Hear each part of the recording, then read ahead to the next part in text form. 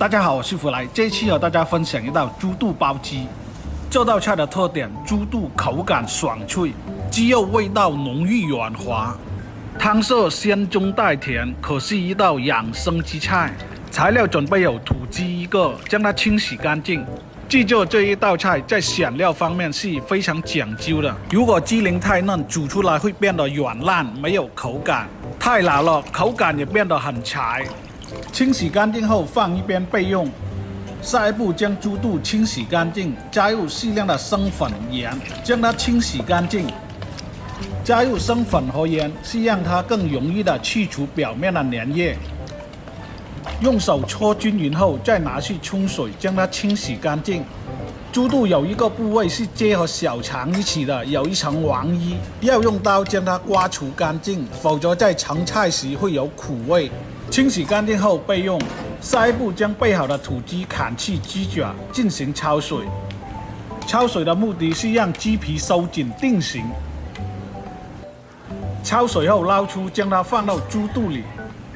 放入后用竹签将它缝起来，预防在煮鸡的过程爆出。猪肚在煮鸡受热的过程就会出现收紧的状态。缝好后放到锅中进行焯水，这也是让猪肚瞬间的定型。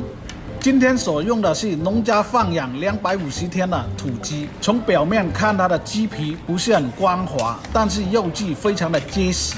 焯水后放到汤包里，加入清水开始煮鸡，所以将它用猪肚包住，煮上90分钟刚刚好。汤料有沙参、玉竹、北芪、红枣、枸杞、蜜枣，还有一味就是这道菜的灵魂，经过炒香的白胡椒粒12颗。把它放到汤里一起熬制，枸杞在最后出锅前再加入。枸杞经过长时间的熬制会有微酸的味道，所以在出锅前再加入。